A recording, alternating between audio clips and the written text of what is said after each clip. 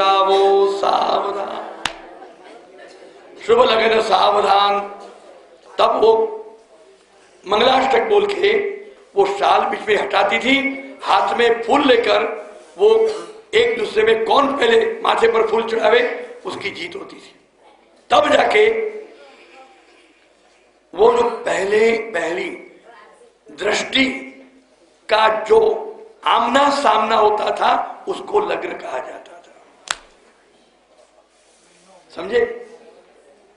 आंखों का मिलन, आंखों के मिलन को ही लग्न कहा। क्यों शास्त्री जी महाराज, उदयन जी, अभी ऐसे कोई मिलते हैं कि नहीं आपको यजमान?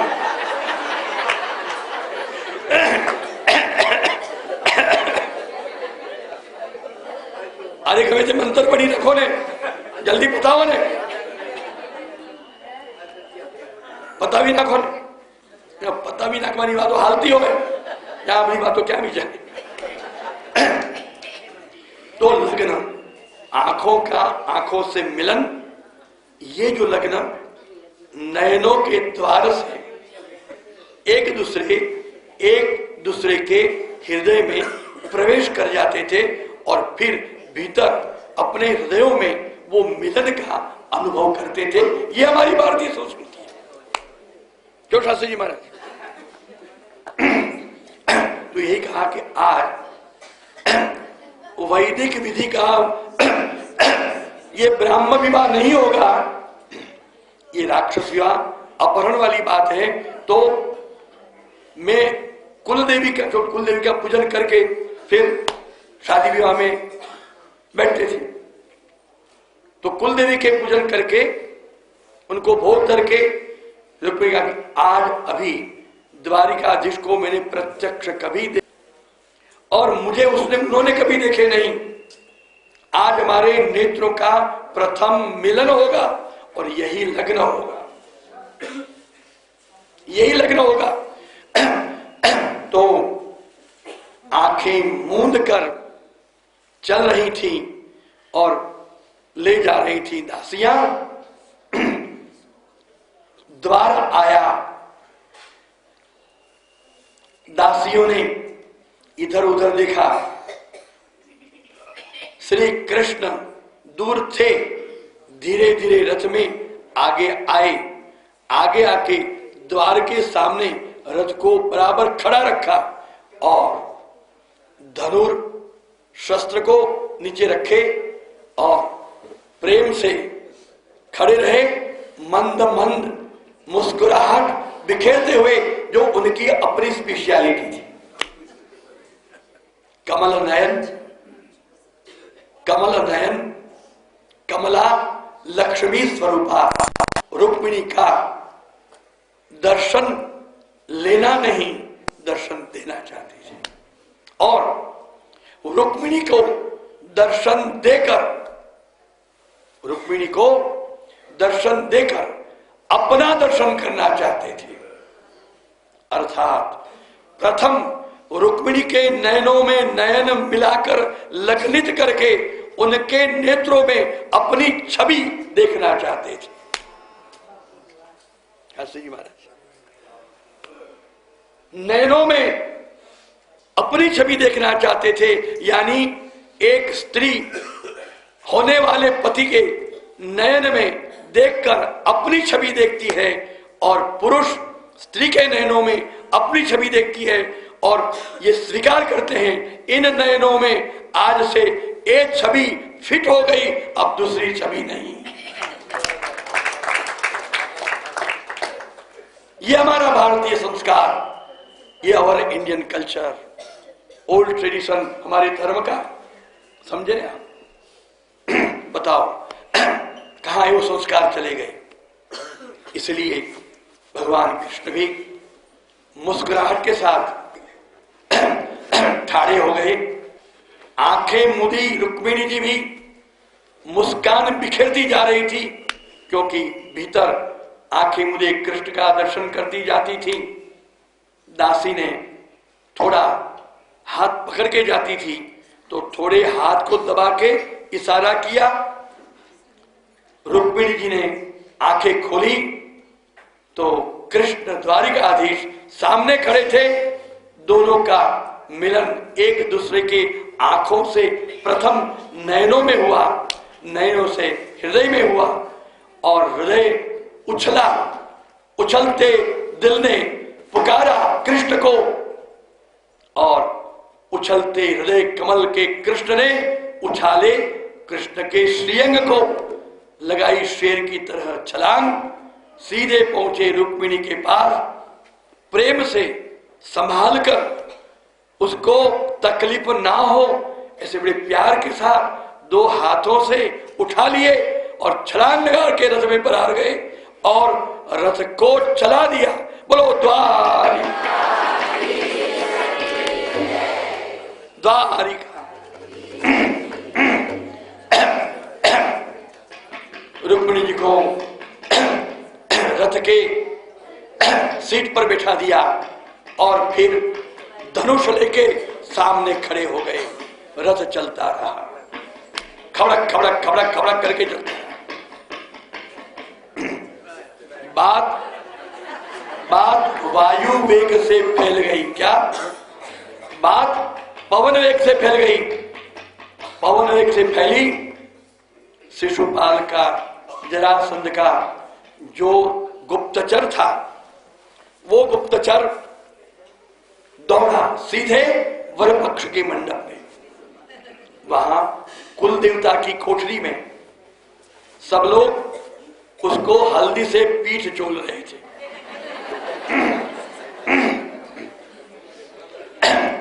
और कन्या पक्ष के मंडप में गौर महाराज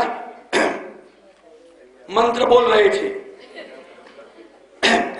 और शिशुपाल को साफा पहनाया, जरी जामा पहनाए, दूल्हे राजा बनाया।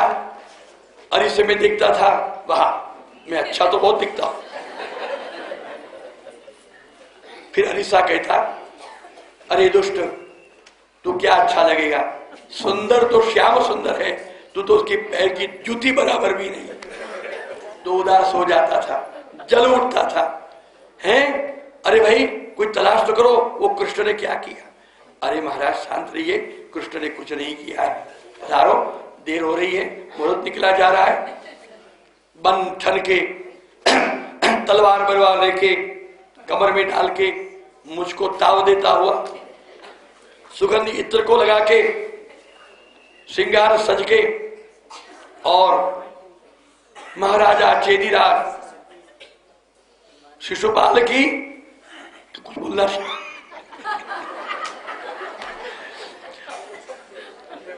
तुम लोग समझदार हो, मुझे पता चल गया।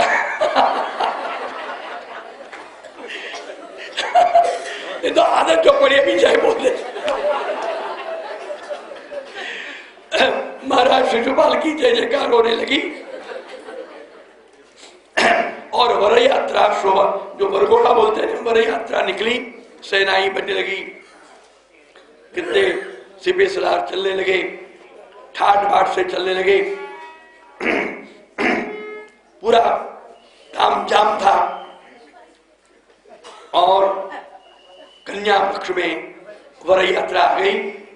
विश्वक महाराजा की पत्नी महारानी ने वर को पोंखा, वर का स्वागत किया, नुछावर किए, सिजदे किए और सब प्रकार की जो विधि होती है की। कन्या मंडप पे पधारे, आसन पट्टे पे विराजे। गौर महाराजों ने, पुरोहितों ने मंत्रोच्चार शुरू करके शादी की विधि शुरू करी और सब धीमे धीमे पूजन विधि के बाद कन्या को पधराने का समय आया तो पुरोहित बोले, कन्या पधराओ सावधान। देखिए अभी मेरा आवाज बैठ गया, मुझे बोलते भी क्यों, मैं शादी वादी करने जाता नहीं। मैं तो तैयार मामला, ये पुरोहित जब करा लेते हैं तो हस्त मिलाप कराने जाता। तो हमारे जिनको इसका थोड़ा मुहावरा है, महेश भाई,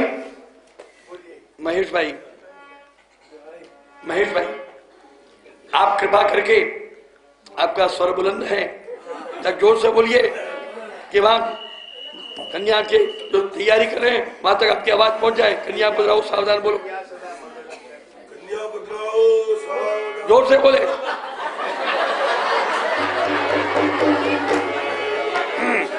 आप कन्या बदलाओ सावधान बोले, उसका जवाब में आपको सहयोग हम देंगे। माइक दो शास्त्री जी, अभी आप माइक दीजिए।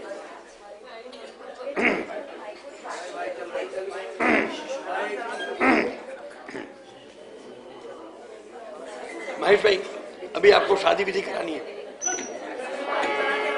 आप कन्या बदलाओ साथ बोलिए।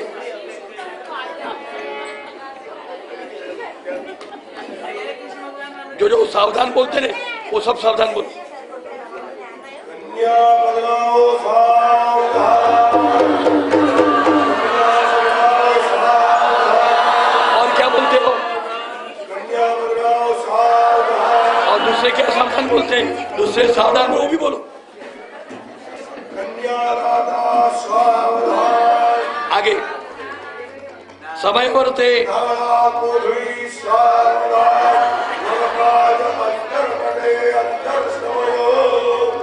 ये हुई बात। अब आपको हम साथ देते गौर महाराज महेश्वरी का कन्या बदलाओ सावधान। सुनो, तो एक सिपाही दौड़ता दौड़ता आया और ये कहते कन्या को बदलाओ। फिर से बोलिए, कन्या बदलाओ। कन्या बदलाओ। कन्या भग गई सावधान।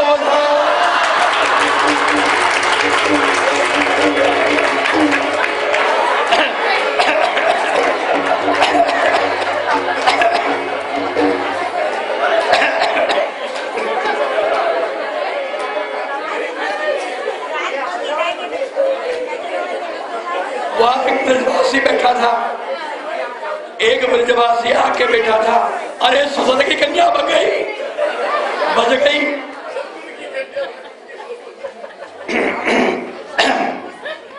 शिशुपाल खड़ा हो गया। है क्या बोलते हो महाराज? अरे जाओ जाओ, झूठ बोलते हो। कहाँ है जरासंध जी? कहाँ है दंतवक्त्र जी? अरे कहाँ है वो? सब पुकारने लगा। वहां तो न जरासंध, न दंतवक्त्र, न शिशुपाल, न साल्व और कोई सेनापति भी नहीं थे। शिशुपाल के सब कहाँ गए? सबने कहा भैया वो तो अंबिका वन में शस्त्र सेना लेकर कृष्ण के साथ लड़े गए, क्योंकि रुक्मिणी को उठाकर कृष्ण ने अपहरण किया है और बड़ा भारी युद्ध शुरू हो गया है। क्या कहते हो? शिशुपाल मूर्छित हो गया, मूर्छित हो गया बेचारा। अब उसकी मूर्छा रही कि नहीं, अपने को क्या लेना है शिशुपाल से? क्यों? उसको भी दवा दारू करनी नहीं है। चलो अपन तो अब कृष्ण कन्हैया के पीछे पीछे चलते हैं, अभी तो बनाती बनना है। भगवान कृष्ण ने बड़ा तुमुल युद्ध जरासंध आदि ने किया है, सेना को तहस नहस कर डाली है। सब जरासंध ने 17 बार मथुरा पर आक्रमण करके 18वीं बार जो कृष्ण को हराए थे, वही जरासंध एक अक्षुणी सेना से आज कृष्ण से हार गया था। वो पीछे आया, शिशुपाल है जरासंध जी आगे दौड़ता गया, रुक्मिणी को लाए, रुक्मिणी को लाए। अरे भैया शिशुपाल, क्या लाए लाए बोलते हो? वो तो गई, अब मैं क्या करूं? भैया होना सा तो हो गया, अब तुम चेदी देश में जाओ और अपना मुंह काला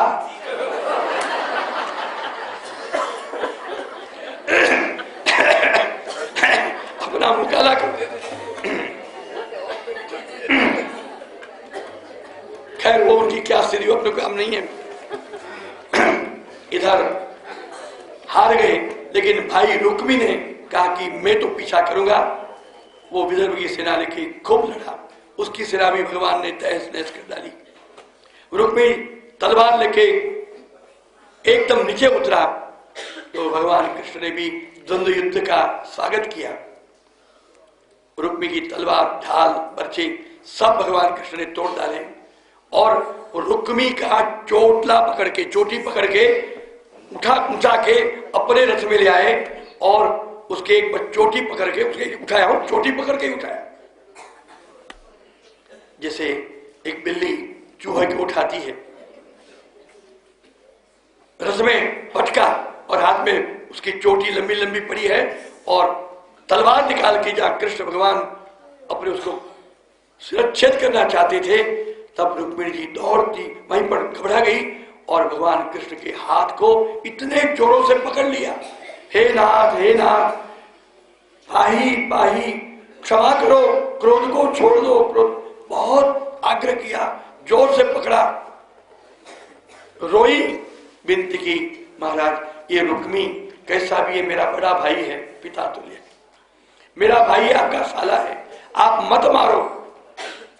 बलदेव जी भी रथ से कूद के आ गए और कृष्ण को पकड़ लिए, हाथ से तलवार छीन ली, फेंकवा दी और कृष्ण को मीठा हल्का ठपका दिया, उपदेश दिया और ऐसा नहीं करने के लिए समझाकर रुक्मिणी को, ये जब रुक्मिणी की हाथापाई हो रही थी तब तक ये रथ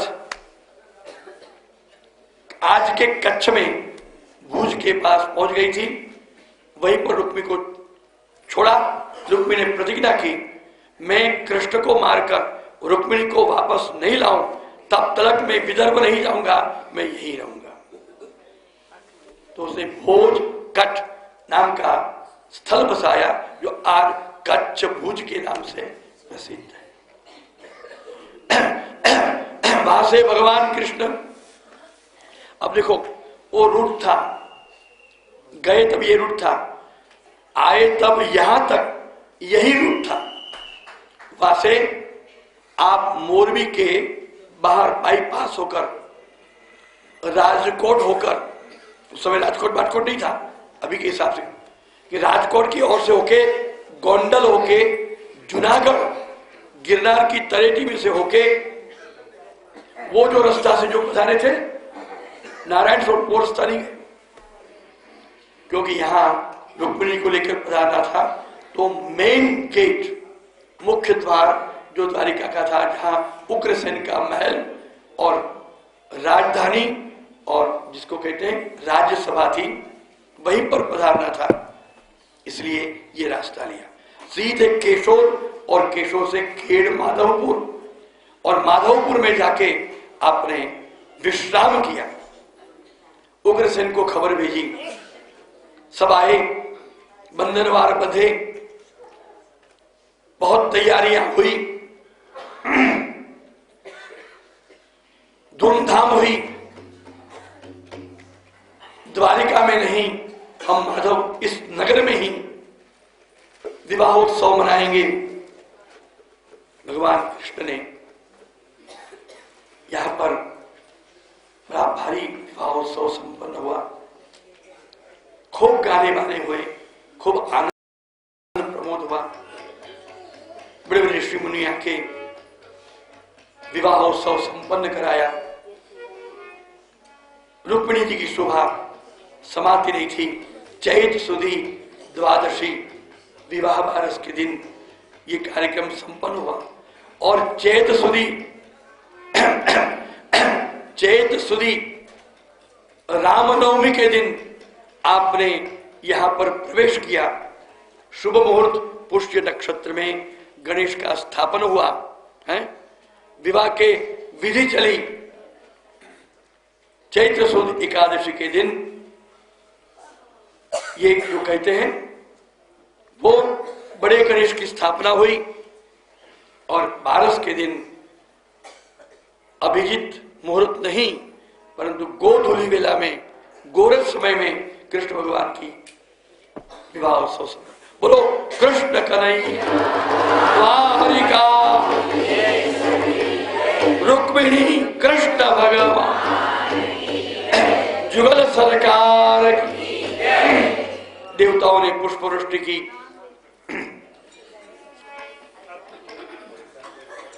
जहां कृष्ण रुक्मिणी का, सुनो, जहां पर श्री कृष्ण रुक्मिणी का लग्न, शुभ लग्न संपन्न हुआ, समझो, आप समझे, जहां श्री कृष्ण रुक्मिणी का लग्न उत्सव संपन्न हुआ, उसी जगह पर 4,500 वर्ष के पीछे श्री महाप्रभु जी ने पधार कर भागवत जी का पारायण किया और आज बैठक वहां पर विद्यमान है। लेकिन भगवान कृष्ण जो दिन रहे, इतने दिन वो आपके निवास स्थान को आज माधव राय जी का मंदिर समुद्र किनारे पर। बोलो माधव राय प्रभु की, माधव राय प्यारे की, माधव राय प्यारे।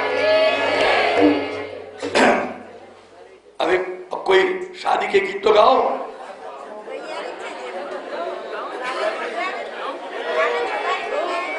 तो लगे कि कृष्ण भगवान की शादी हो रही है।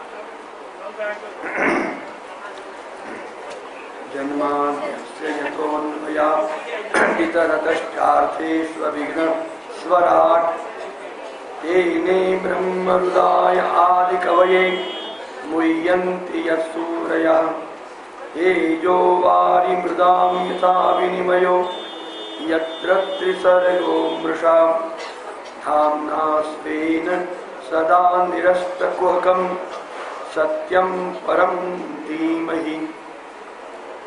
श्री गोवर्धन धरण देवदमन श्रीनाथ जी चरण कमलेभ्यो जहि। राजन, तुम अमर हो गए हो, तुम्हारी आत्मा परमात्मामय हो गई है। अब मैं मर जाऊंगा, मैं मरता हूं या मरूंगा, ये तो पशु बुद्धि है, तुम तत्काल छोड़ दो। मैं मरूंगा, ये भाव तो केवल पशुओं के होते हैं, प्राणियों के होते हैं।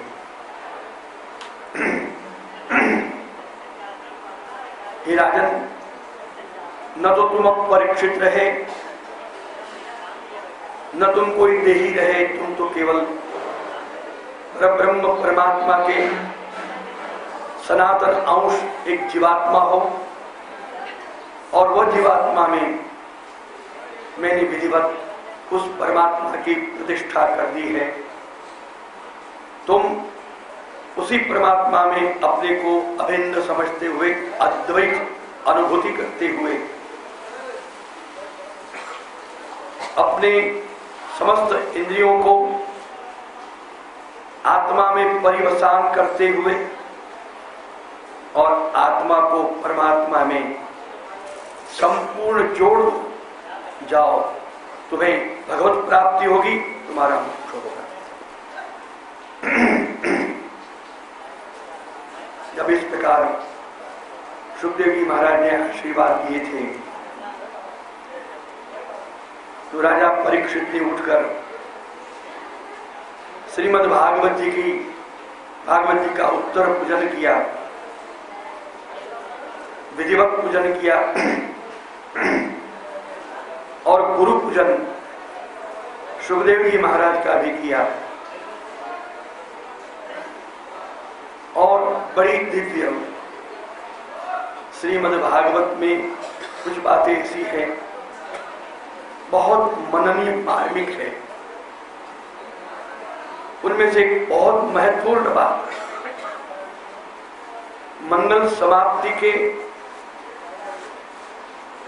संदर्भ में यथार्थ होती है, क्योंकि आज यहां भी नैमिषारण्य में भी हमारे ये ज्ञान व्युत्पत्ति सत्र की मंगल समाप्ति संपन्न हो रही है। समाप्ति, सम आपति, सम्यक आपति ही इति समाप्ति।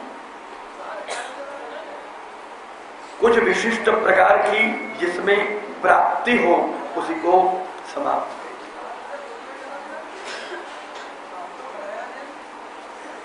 समाप्ति का अर्थ यहां पर बस पूरा हो गया, चलो छुट्टी हो गई, वो वाली बात नहीं।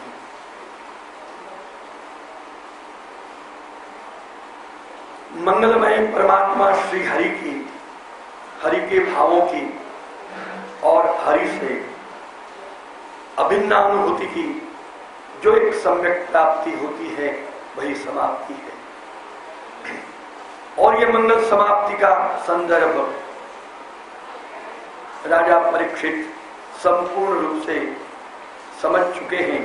इतना ही नहीं परंतु राजा परीक्षित जो सुखदेव जी महाराज ने कहा, अब वे अपने भीतर उसकी अनुभूति करते हैं, कृतार्थता अनुभव करते हुए बहुत प्रेम से बोले थे, सिद्धोस्मि अनुगृहीतोस्मि भवता करुणात्मना श्रावितो यच्च मे साक्षात् अनादि निधनो हरिः।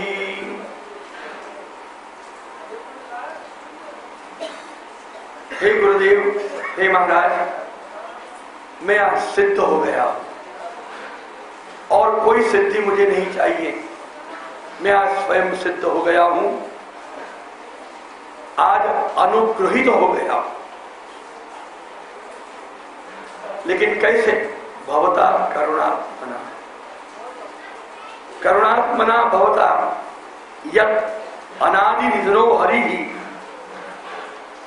में श्रावितः अतः सिद्धोस्मि अनुगृहीतोस्मि इत्यर्थः। परम करुणा वरुणालय करुणात्मा ऐसे आप सुखदेव जी महाराज ने अनादि निधन हरि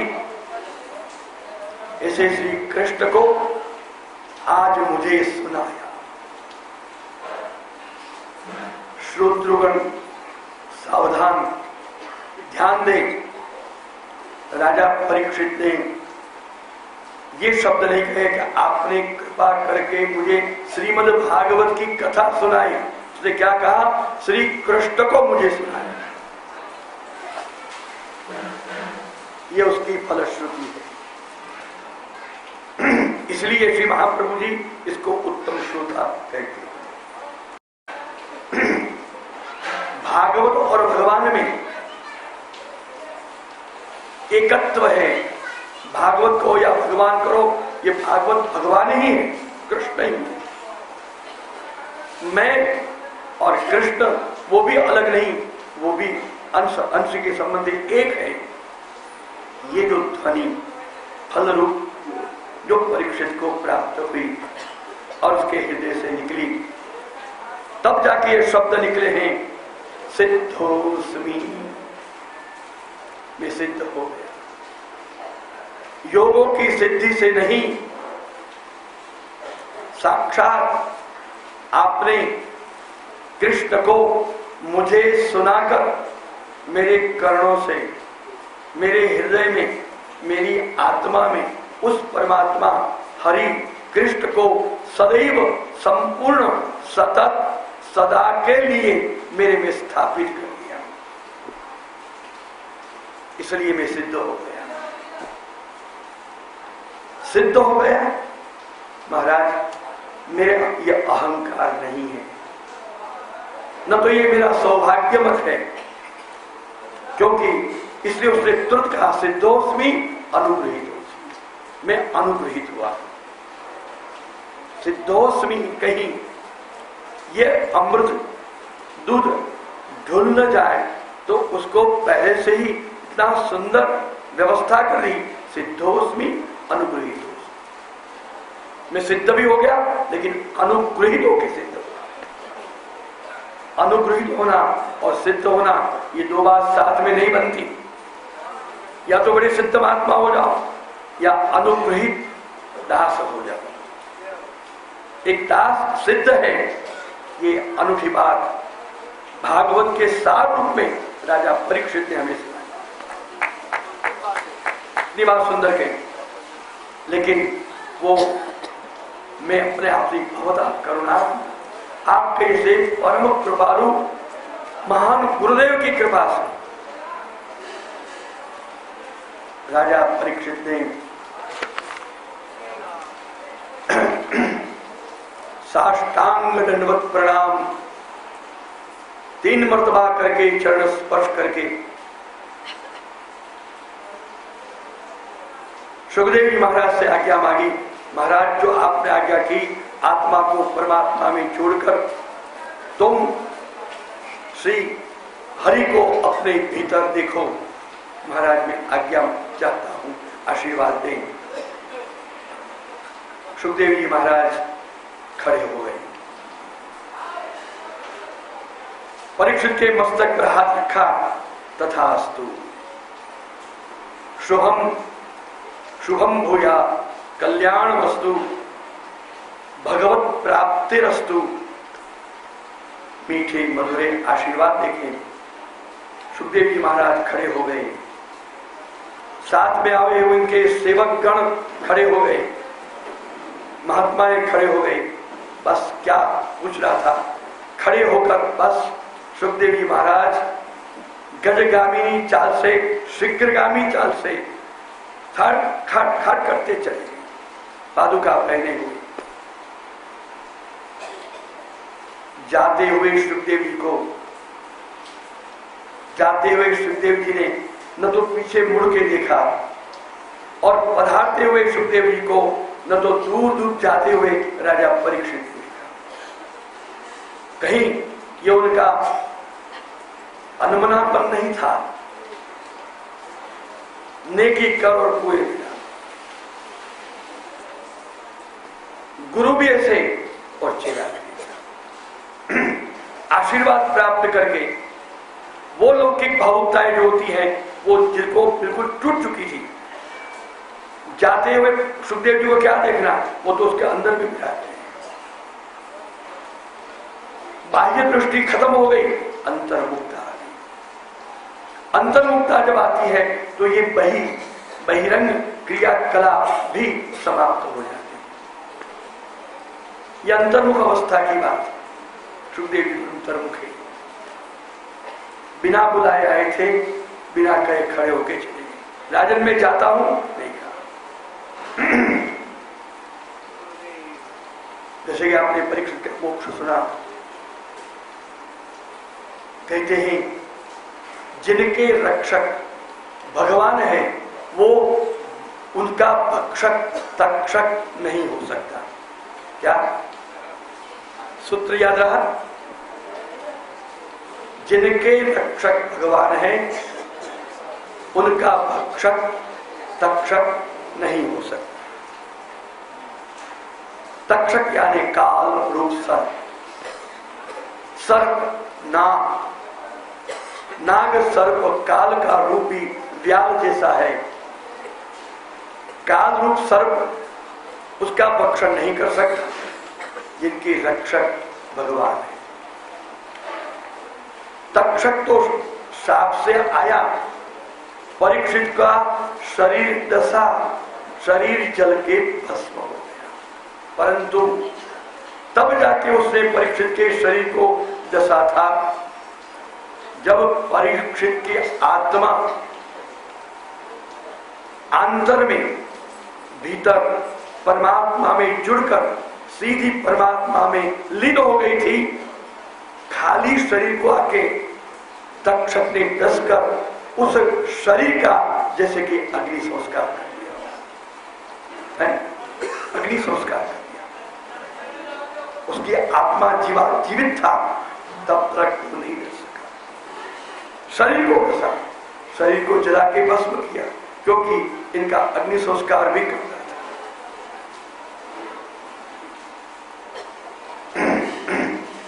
फिर वही नैमिषारण्य प्रथम स्कंद के प्रथमाध्याय में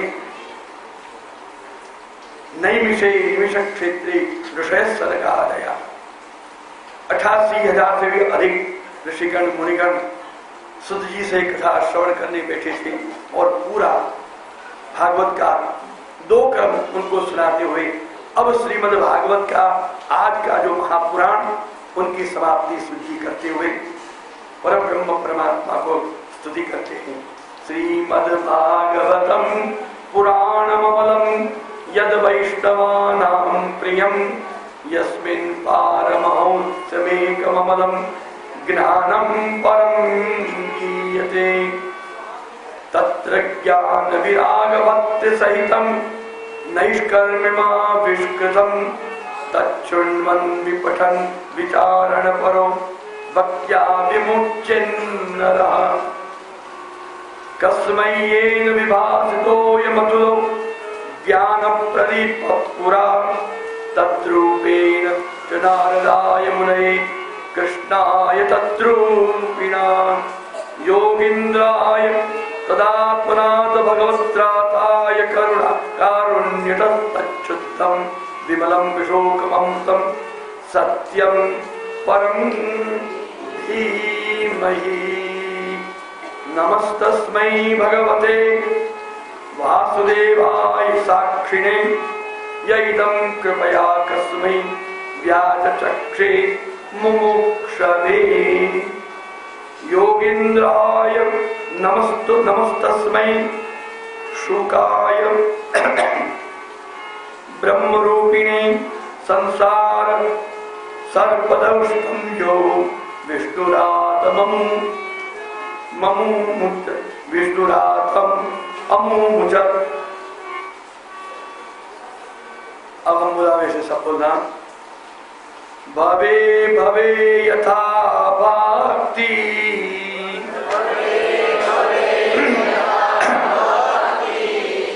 आदयोस्तव जायते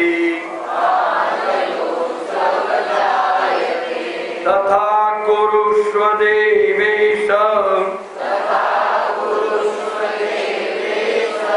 नास्तस्त्वन्नो यत प्रभो। हे परब्रह्म परमात्मा श्री कृष्ण, आप हमारे सबके केवल एकमात्र स्वामी प्रभु हैं और हमको आप हमारे पर ऐसी आप कृपा करें कि आप बार बार जन्म ग्रहण करते पर भी आपके चरणों में भवे भवे आपके श्री चरणों में हमारी आहितु की आदिदेवी की भक्ति सदैव बनी रहे। ये भागवत जी का सार, ये भागवत जी का एक सार, लेकिन 18,000 पुराणों का एक श्लोक में महासार तो भागवत जी के अंतिम श्लोक में हमें प्राप्त होता है। सब बोलो नाम संकीर्तनम यस्य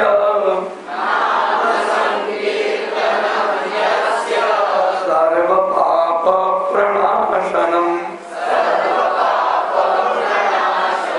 प्रणामो दुःख शमनम तम नमामि हरिं परम तम नमामि हरिं परम तम नमामि हरिं परम।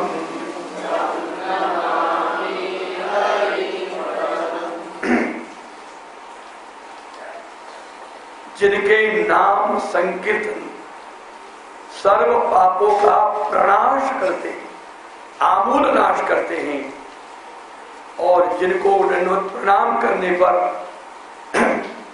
सभी प्रकार के दुख, आदि भौतिक, आध्यात्मिक, आदि दैविक, सब प्रकार के दुख शमन हो जाते हैं। ऐसे ही परब्रह्म परमात्मा श्री कृष्ण के युगल चरणाबिंदों में हमारे कोटान कोटि दंडवत प्रणाम हो, अंगीकार हो, स्वीकृत हो। ये भागवत जी का सार। श्रीमद् भागवत की कथा श्रवण करके 18,000 श्लोकों को, इतने बड़े सागर को हम लोग, आप लोग ले जाने के लिए समर्थ नहीं हैं, परंतु भगवान व्यास जी ने कृपा करके यह सागर को गागर में, हमारे मस्तक रूपी गागर में समाना है। ऐसे एक श्लोक में समा दिया और सार कहा कि जन्म जन्म में भी हे कृष्ण तुम्हारी भक्ति हो, तुम्हारे भक्त बने, तुम्हारे नाम संकीर्तन करते हुए हमारे अगदूर हो, और आपको सदैव दंडवत प्रणाम ही करते रहें, ताकि हमारे सब दुख दूर हो। बोलो श्री कृष्ण चंद्र हरये नमः, हरये नमः, हरये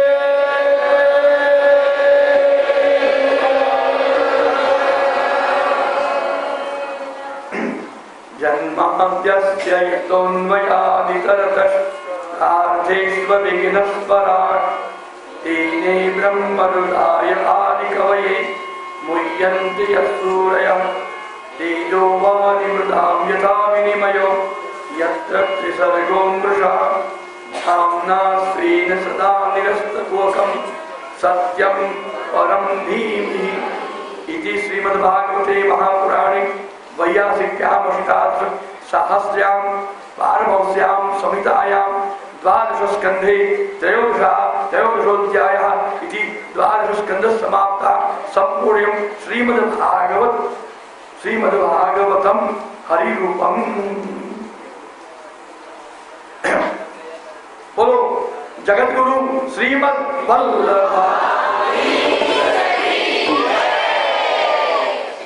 भगवान वेदव्यास जी की, सुखदेव जी महाराज की, सुत जी महाराज की जय, सौनकादिक ऋषिगण की, सब भक्तन की, आज के आनंद की।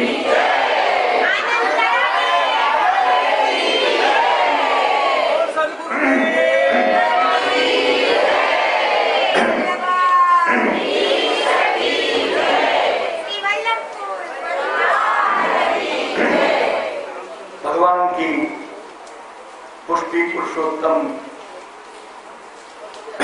भगवत स्वरूपों की पूर्ण कृपा से वाक्पति विबुधेश्वर श्री भागवत गूढ़ अर्थ प्रकाशन परायण श्री भागवत पीयूष समुद्र मथनक्षम ऐसे श्रीमद् वल्लभाधीश की अतीव अनुकंपा कृपा से नैमिषारण्य में बरसों से संजय हुए ये महामनोरथ का पूर्ति बहुत भीतर के आत्मानंद से जो यहाँ पर परिपूर्ण होती है, और ये केवल भगवत स्वरूपों की कृपा का ही परिणाम है।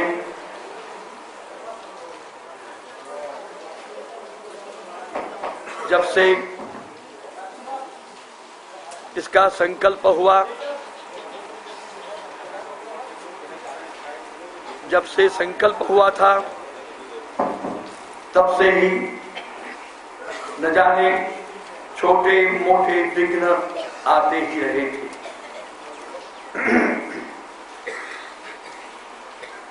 पहला विघ्न तो ऐसा आया जो मिति निश्चित की थी वो परिवर्तन करनी पड़ी। न जाने कहां से अफ्रीका से कोई बोलते हैं क्या चिकुनगुनिया कहां से आके भारत में सवार हो गया।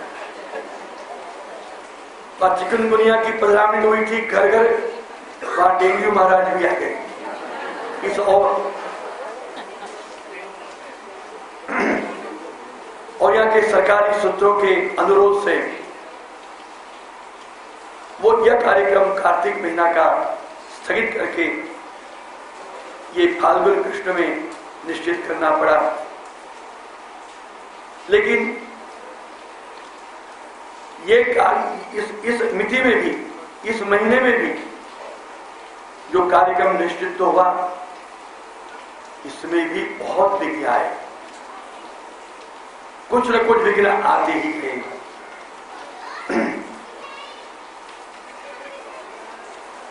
सबसे तो पहला मेरे स्वास्थ्य का भी विघ्न आया। डॉक्टर ने कहा मोतिया बिंदु रेटिना से जुड़ता जा रहा है, इसका कैटरेक्ट ऑपरेशन नहीं कराओगे तो बहुत तकलीफ होगी। तो शीघ्र ही ये भी करना पड़ा। तो लगता था कि 1.5 महीने में ये सब वहां पहुंच सकेंगे या श्रवण कथन वांचन कर पाएंगे क्या। फिर ठाकुर जी की कृपा हुई, हमारे यहाँ दशाब्दी का महोत्सव हुआ, जैसे लगा कोई कैटरेक्ट का ऑपरेशन हुआ ही। परंतु वो जो रोग था, नेत्र रोग, वो थोड़ा क्रुद्ध हो गया। पीछे से आके फिर वार किया। कुछ उपचार चलते रहे। वहां हमारी पूजनिया, प्रातस्मरणिया, परम भगवतिया, मातृचरण श्री भाभी जी महाराज एकदम लीला विस्तार गए। यानी बहुत अत्यधिक बीमार हो गए। वो लीला प्रवेश भी हो गया, ये भी गया। तो एक और हमारे परिवार में ऐसी परिस्थिति आई, उसमें जो लगा कि इस कार्यक्रम में आशौच पड़ेगा तो हम कैसे जा पाएंगे। वो भी विघ्न टला प्रभु कृपा से, वो अच्छे हो गए। जब हम यहाँ आने के लिए 4 दिन बाकी थे तो मेरे पेचीदे अवयव में कुछ गुप्त खबर भी नहीं पड़ी, कोई व्याधि पैदा हो गई। नेत्र की सबसे बड़ी समस्या पैदा हो गई। बड़े बड़े डॉक्टरों को 3 दिन तक 8-8 घंटे 2-4 लोग चक्कर काटने पड़े। बड़े बड़े डॉक्टरों ने कहा महाराज जी आपको अभी 1 महीना आपको संपूर्ण आराम ही करना पड़ेगा, आप बड़ौदा से कहीं बाहर नहीं जाएंगे। हमने नैमिषारण्य की कुमकुम पत्रिका उनको थमा दी हाथ में, भैया अब तो 5 दिन है और मुझे जाना ही पड़ेगा। सभी डॉक्टरों ने कहा हम डॉक्टर हैं, मरीज के हित के लिए आपको नहीं करने देंगे, आपको कम से कम 15 दिन बड़ौदा के घर के और कोई प्रवृत्ति नहीं करनी है और आधा घंटा भी कुछ बोलना नहीं, घर में भी बातें नहीं करनी। हमारे पर बड़ा टेंशन हो गया। विदेशों से लोग आ गए थे, देश में से आ गए थे।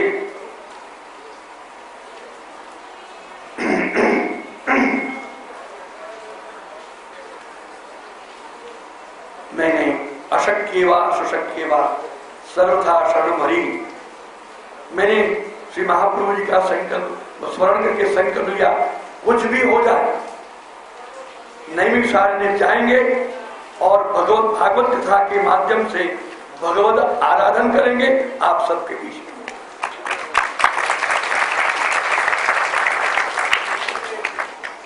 न जाने भीतर से स्व निकले सभी डॉक्टरों को, डॉक्टर साहब आप अपनी भौतिक ज्ञान के अनुसार जो कह रहे हमारे हित के लिए है, लेकिन परम हित तो कुछ और होता है। मेरे प्रभु, मेरे सेव्य स्वरूप, मेरे श्री वल्लभाधीश उग्र प्रताप है, मुझे कुछ नहीं होता।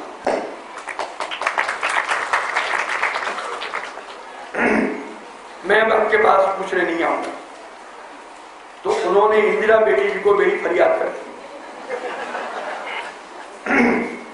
कि आपके बड़े भाई दादा भी मानते नहीं है और हमको बड़ी चिंता है कि कहीं आंख गवा के नहीं आए और तकलीफ नहीं हो जाए। इंदिरा बेटी जी आए, समझते थे, डॉक्टर को समझाया, उन्होंने कहा कि कुछ रास्ता डॉक्टर साहब निकालिए।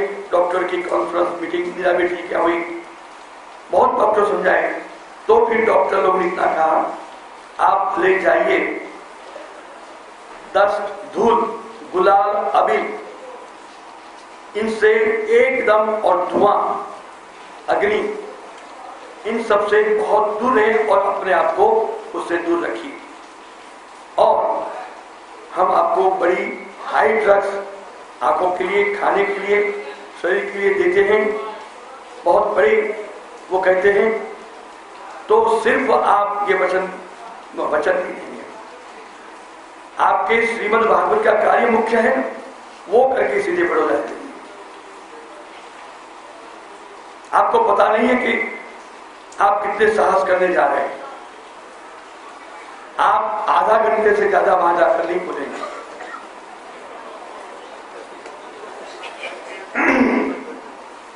हमने तो ये पहले भावना की थी, मदन लाल जी शास्त्री जी व्यासपीठ से सुबह को 1 घंटा बोलेंगे और मध्याह्न में आधा घंटा बोलेंगे, बाकी 4.5-5 घंटा प्रतिदिन हम ही बोलेंगे। इधर तो उससे विपरीत बात डॉक्टर कर रहे हैं। फिर 1 घंटा बोलना, इससे ज्यादा नहीं बोलना। मैंने कहा अब कल की बात सिखाऊं, हाँ तो करो, इन डॉक्टरों से कौन बहस करे। तो हमारी बहन इंदिरा बेटी जी, वो छोटी बहन को भी मां के समान हमारे बहुत ख्याल रखती है। बार बार उसके फोन भी आते रहते हैं कि दादा भाई आप 13 तारीख की पीछे का सब आपका ही मेन प्रोग्राम है, चलो ये ठाकुर को पूरा करो, आगे तो आप श्रम न लो। तो मेरे ख्याल मैं ऐसे ही प्रयत्न करूंगा, वचन तो नहीं देता हूं, मैं 1.5 घंटा प्रयत्न करूंगा। 10 धूल गुलाल अबीर, इनसे एकदम और धुआं अग्नि, इन सबसे बहुत दूर रहे और अपने आप को उससे दूर रखिए। और हम आपको बड़ी हाई ड्रग्स आंखों के लिए, खाने के लिए, शरीर के लिए देते हैं, बहुत बड़े वो कहते हैं, तो सिर्फ आप ये वचन दीजिए। आपके श्रीमद् भागवत का कार्य मुख्य है, वो करके सीधे बड़ौदा जाते हैं। आपको पता नहीं है कि आप कितने साहस करने जा रहे हैं। आप आधा घंटे से ज्यादा वहां जाकर नहीं बोलेंगे।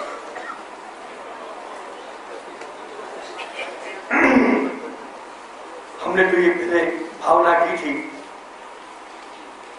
मदन लाल जी शास्त्री जी व्यासपीठ से सुबह को 1 घंटा बोलेंगे और मध्याह्न में आधा घंटा बोलेंगे, बाकी 4.5-5 घंटा प्रतिदिन हम ही बोलेंगे।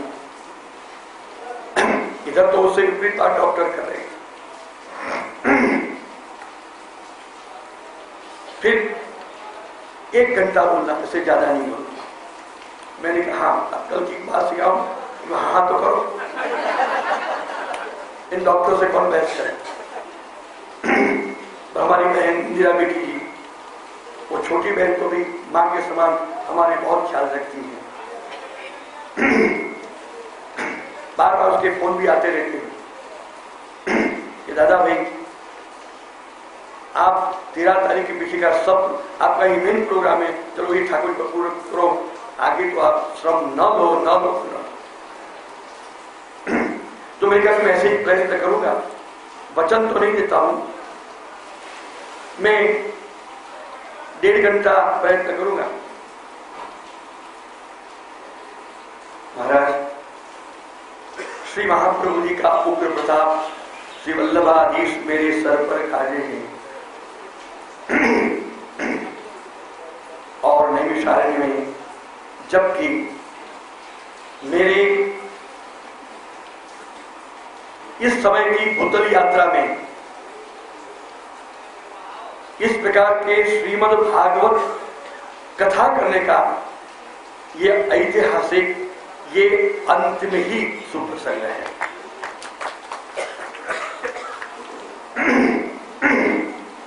आगे ये अवसर नहीं है, क्योंकि सबके साथ सबके मिलकर ये आनंद लुटने का ये अंतिम अवसर है।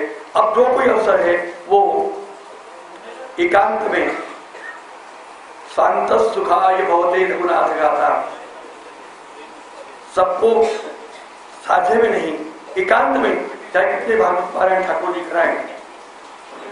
और इस प्रकार के क्रम की अंतिम है, और ये अंतिम बार बार मुझे कहा ऐसे करना है, तो श्री वागपति बुधेश्वर श्री महाप्रभु जी के चरणों में शरण में गए, श्री बालकृष्णलाल, श्री नागरमन श्रीनाथ जी, श्री गिरिराज बाबा के शरण में गए,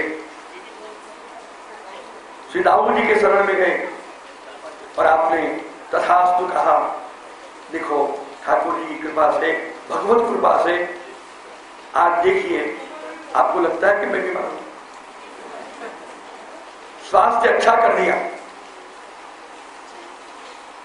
थोड़ा पहले मैं संयम रखा, जितनी मेरी इच्छा थी उतने में संयम शुरू में मैंने रखा, लेकिन ये नैमिषारण्य में वो एक आधिदैविक हमको आपको श्रवण कराना था, अनुभूति करानी थी, और मुझे यहीं पर मेरे मनोरथ जो मुझे यात्रा में कल कहा था वो मुझे यही सिद्ध करानी थी। तो क्या कौतुक श्री ठाकुर जी ने किया, मुसलधार वर्षा छोड़ दी। मुसलधार वर्षा ऐसी छोड़ी, प्रबंधकों को, हमको और आपको उस बड़े भारी मंडप को छोड़ के इस भोजनशाला में आना, यहां आए और यहां बैठे, वातावरण वाइब्रेशन पलट गया, आदि भौतिक से आदि दैविक हो गया। ये जो रसपान हम लोगों ने किया वो वहां नहीं आ सकता था। जो अधिकारी नहीं थे उनको वहीं पर छुड़वा दिए, और अधिकारी थे जिनको यहां इकट्ठे कर।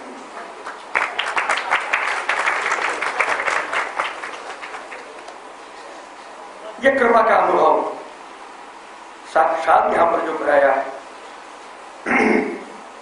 और भगवत कृपा से सब कुछ विघ्न होते हुए भी निर्विघ्न पूर्ण हुआ। विघ्न होते हुए भी लगता था ये बरसात कितना विघ्न कर रहा है, वो बरसात करने वालों को तो विघ्न करता था, लेकिन ठाकुर जी की जिन पर कृपा बरसनी थी उनके लिए वो तो सहाय करता था। वहां बरसा बरसी और यहां ठाकुर जी कृपा बरसी।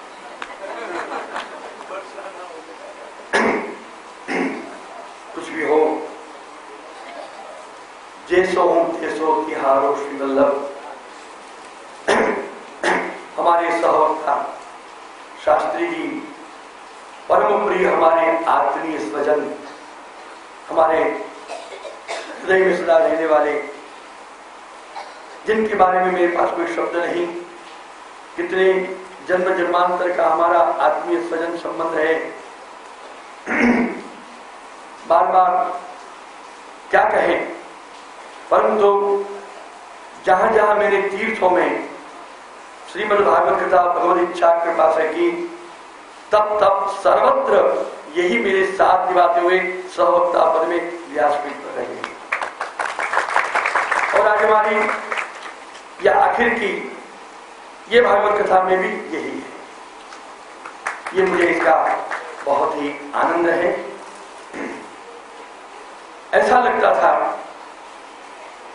कि शास्त्री जी जब कथा करते थे तो न जाने मैं उनमें था, वो मुझ में थे, और हम दोनों मिलके हमारे दोनों में विराजमान श्री महाप्रभु जी को श्रवण कर रहे थे।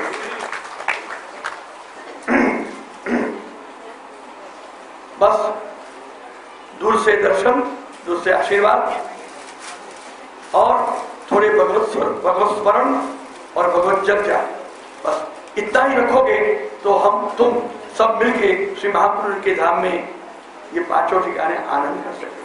बराबर है। और जो कुछ भी तुमने यहां सुख पाया, सुख का शब्द केवल अलौकिक शब्द से जुड़ा है।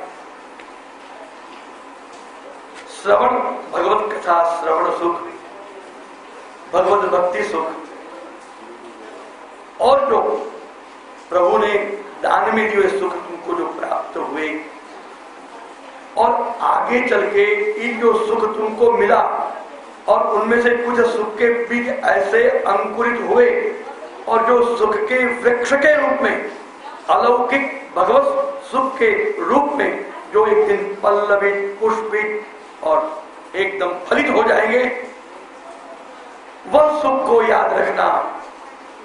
और लौकिक में शरीर को, मन को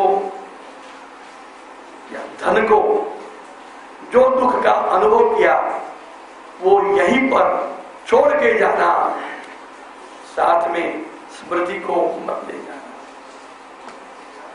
सुख की अलौकिक स्मृति ले जाना, क्योंकि जहां अलौकिक समृद्धि, हमने उस दिन कहा था कि अमृत प्राप्त करना है तो पहले तो जहर ही निकलेगा।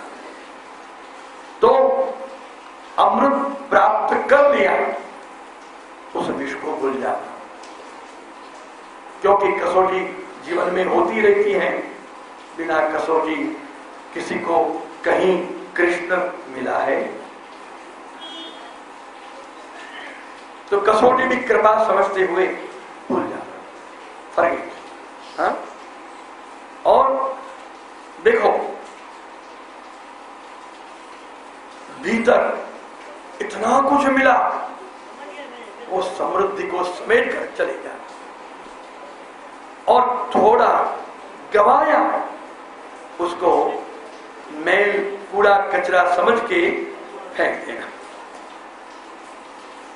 और चक्रतीर्थ श्री महाप्रभु जी की बैठक, नैमिषक क्षेत्र, पावन भूमि, तपोभूमि, बस यहाँ पर इतने दिन रहे, ये भाग्य से मिलता है।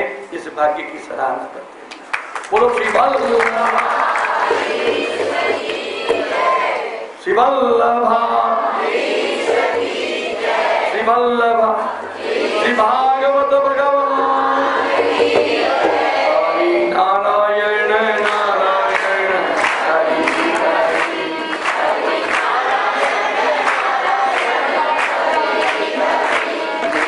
नंदन नंदन मोरे हरि हरि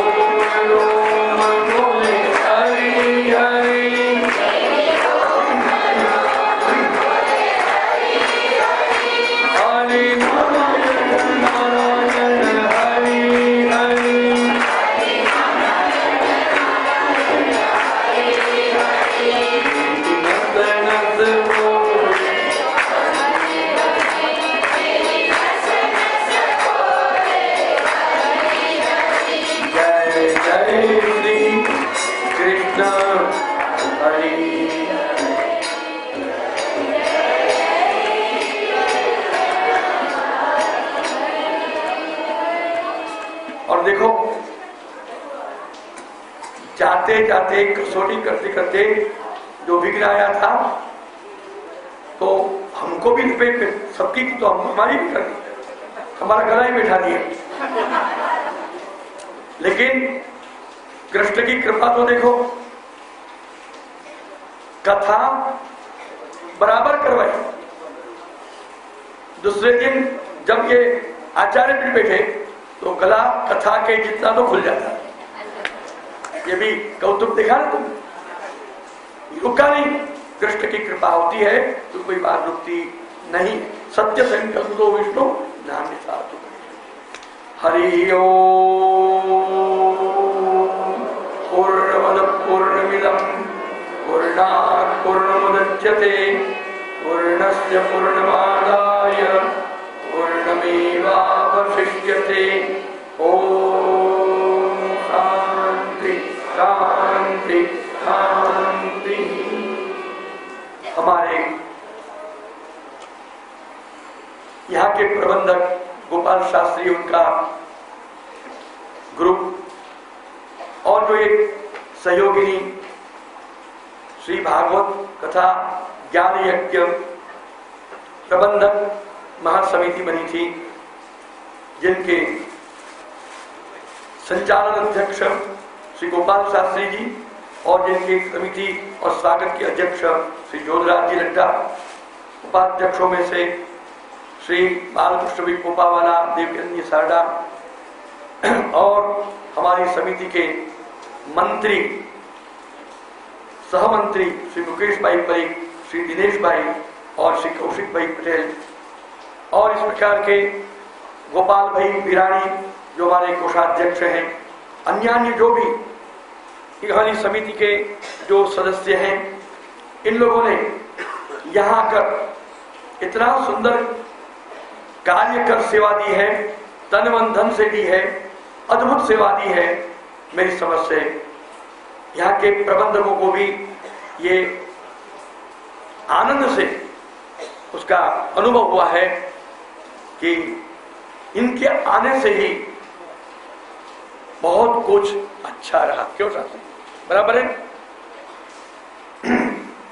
तो कसौटियों में से कृष्ण ने पार जो जो साधनों से किया, तो वो हमारे बड़ौदा और बारगांव से आए हुए जो समिति के सदस्य और निष्काम भाव से हमारे कार्यकर्तागण छोटे मोटे, उनको मैं बहुत बहुत धन्यवाद के साथ हार्दिक आशीर्वाद प्रदान करता हूं और ठाकुर जी की बात।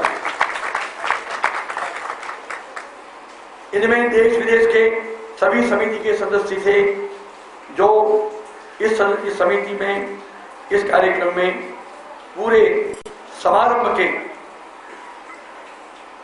गोपाल शास्त्री समायोजित सह जो समायोजन उनके जो मुख्य सेवार्थी के रूप में पिछली 3 कार्यक्रमों में चंपारण, नाथद्वारा और इधर नैमिषारण्य में जो ये मुख्य सेवा देते आए हैं, वो श्री नारायण भाई और श्री कमला देवी गांधी छठाई भाटिया मस्कत के, और आज मुंबई कांदीवली में रहते हैं, उनके बहन पुत्र पुत्री, उनके सब परिवारों को, उनके सहयोगिनी वैष्णवों को भी मैं बहुत बहुत अभिनंदन के साथ आशीर्वाद प्रदान करता हूँ।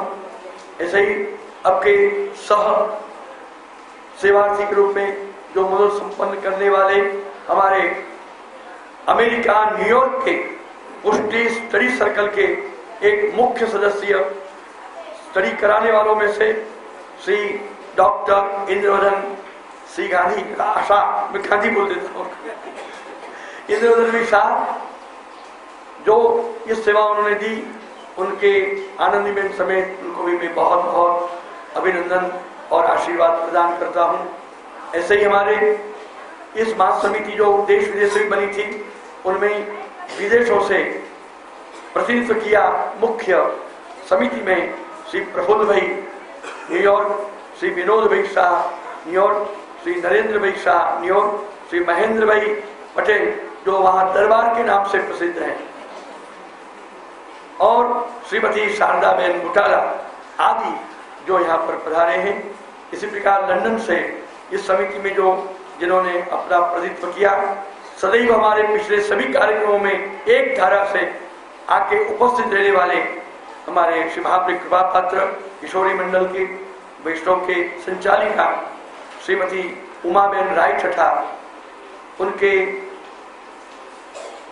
दामाद जिनके यहाँ पिछले 3 सालों से मैं उनके घर में ही लंदन में रहता हूँ, जब जाता हूँ, आनंद भाई समानी जो हमारे इस कार्य में एक सहमंत्री के रूप में भी है, वह प्रफुल्ल भाई भी सहमंत्री इस पूरे कार्यक्रम में विदेश की तरफ से कार्य किए हैं, और विनोद भाई शाह हैं, और उनके साथ जो आए हुए हमारे श्री यमुना महारानी मंडल के श्री सम्मिला बहन सोढ़ा, ये दोनों बहुत लंदन में अच्छे हार्ड वर्कर हैं, अच्छे कार्यकर्ता हैं, इन सबका भी बहुत साथ मिला।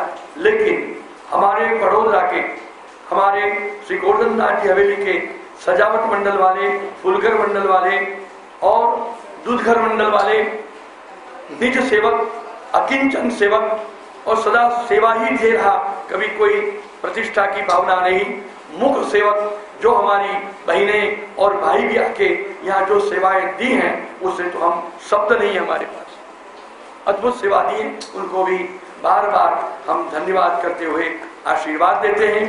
ऐसी सेवा ठाकुर जी वो हमारे हम हंसवेली में बहुत सेवा देते हैं, अनेक प्रकार फूलघर की सबकी। इसी प्रकार जो भूदेव आज जो यहाँ पर आपके सामने आए, श्री उदयन भाई शास्त्री यज्ञाचार्य, बड़े कर्मकांड के आचार्य, और इनके द्वारा हुए यज्ञ में आज प्रत्यक्ष फल भी यजमानों को मिला है। विद्वान है ऐसे तो हमारे यज्ञाचार्य, और उनके साथ जो मंडली ब्राह्मण मंडली आती है वो विद्वान मंडली है, वो हमारी टीम है। उदयन भाई की नहीं, केवल उदयन भाई हमारी टीम है, पूरी टीम। ये हमें जब भी जाते हैं, ये जो ब्राह्मण बैठे हैं और कुछ इसमें नहीं भी आए जो हमारे साथ होते हैं, ये बड़े पवित्र, निष्ठावान, विद्वान और सत्य पाठ करता ब्राह्मण है, और इतने श्रद्धेय ब्राह्मण हैं, विद्वान हैं। इसलिए आज हम हमारे तरफ से उन्होंने जो पारायण किया, हम उनके भी आभारी होकर उनको बहुत बहुत धन्यवाद करके विष्णु रूप आए ब्राह्मण, विष्णु रूपे जो ब्राह्मण जो नमो नमः ही करेंगे। और जो इसमें से महेश भाई हैं, हमारे पार्थिव भाई हैं, प्रियेश भाई हैं, और हमारे अपने भगवत भाई, और विशेष जो ये तो आपके यज्ञ मंडली है, परंतु एक विशेष परिचय हमारे श्री भगवत भाई पन्नालाल पंड्या, इनके पिताजी आजीवन समर्पित पुष्टि मार्गीय संप्रदाय संस्थाओं की सेवा करते रहे। उनकी परंपरा में भगवत भाई पंड्या भी आज पिछले जहाँ उदय भी थे उस पद पर, संस्कृत महाविद्यालय के उस पद पर रह चुके हैं, सफल संचालन किया है। आज कई संस्थाओं में जुड़े हुए हैं, रिसर्च वर्क भी सरकार के द्वारा कर रहे हैं, और अंतरराष्ट्रीय पुष्टि मार्गीय वैष्णव परिषद के भी पदाधिकारी हैं। वल्लभ कुल के सभी कार्यों में वो हाजिर रहते हैं, साक्षर विद्वान हैं। ऐसे ऐसी विभूतियां जो यहाँ आकर पारायण किए, और हमारी तरफ से हमारे इस पूर्ण समारोह का जो उद्घोषक के रूप में सेवाएं दी, अन्य सेवाएं दी, मैं उनको बहुत बहुत धन्यवाद के साथ उनको भी उनके विराजमान प्रभु श्री हरि का मैं प्रणाम करता हूँ। आप सबका भाग्य है कि ऐसे ऐसे लोग आए हैं। आओ हम सब मिलके पीछे यही प्रभु से प्रार्थना करें कि हमें हमारे अंतर में, हृदय में वो अनुग्रह का अनुभव कराएं जहाँ हमको कहीं और बाहर भटकने की आवश्यकता। बोलो शिको। प्रातः स्मरणीय परम पूज्य श्री पितृचरणों के चरण कमलों में दंडवत प्रणाम करते हुए, प्रिय प्यारे श्री वल्लभ के लाड़ीले हमारे वैष्णव, आज समाप्ति है। सम्यक आपति इति समाप्ति। हम यह छोड़ के नहीं जा रहे हैं, लेकर जा रहे हैं। और जैसे पूज्य चरणों में अलौकिक बूंद आप सब पे बांटी है, मैं भी बहुत कृतार्थ हुई हूँ। आपश्री के चरणारविंद में रहकर, आपश्री की छाया में रहकर उनके भी सेवा का सौभाग्य मिला और आप वैष्णवों के साथ भी रहने का जो सौभाग्य प्राप्त हुआ, इससे मैं धन्य हुई हूँ। आखिरी में शब्द तो कुछ है ही नहीं, केवल इतना ही कहना चाहूंगी कि आपने जो सौहार्द दिखाया इस पूरे कार्यक्रम में, वास्तव में लगा कि हमारे पुष्टि वैष्णव ही हुआ। सब कुछ झेलते हुए ये तितिक्षा दिखाई, ये तो केवल पुष्टि वैष्णव ही कर सकता है और उसका परिचय आपने प्रत्यक्ष में दे दिया।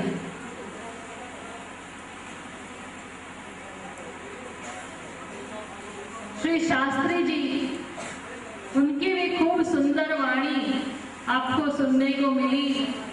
मैं यहाँ पर नीचे बैठ के सुन तो नहीं पाई हूँ, पर ऊपर उनको खूब अच्छी तरह से सुना। उनकी भी खूब मधुर और सुंदर वाणी है, उसका भी लाभ आपने लिया। मुझे भी खूब आनंद आया। मेरे तो पिता तुल्य हैं ये शास्त्री जी, और उनके भी, हमारी माता जी, उनके साथ खूब सुंदर उनका स्नेह भरा व्यवहार था। उनको जब भी वो मुझे देखते मेरी माँ को याद कर लेते हैं। उनको देख के मुझे उनकी भी स्मृति आ जाती है। इस समय पर मेरी माता को भी मैं याद करती हूँ, उनको भी मेरे दंडवत प्रणाम पहुंचे। और यहाँ के कार्यकर्तागण, हमारे बड़ौदा के कार्यकर्तागण, बाहर से पधारे हुए जो वैष्णव से भी जो कार्यकर्तागण हैं, उनको भी मेरे खूब शुभ आशीर्वाद। उन्होंने भी खूब सुंदर कार्य किया है, बहुत मेहनत की है। गोपाल शास्त्री जी और उनका परिकर, उन्होंने भी जो यहाँ मेहनत की, उनको भी खूब शुभकामनाएं हैं। और बस इसी तरह प्रभु हमें इस भक्ति भाव में भरी रखे और श्री महाप्रभु जी के चरणारविंद में हमेशा हमारी मति रति और गति रहे, और श्री वल्लभ के द्वारा ही हर लग को शरणागत होते हुए श्री गोवर्धन धरण हमें प्राप्त हो। शुभ आशीर्वाद आप सभी को। और मेरा अल्प वक्तव्य पूज्य पितृ चरण के चरण कमलों में समर्पित कर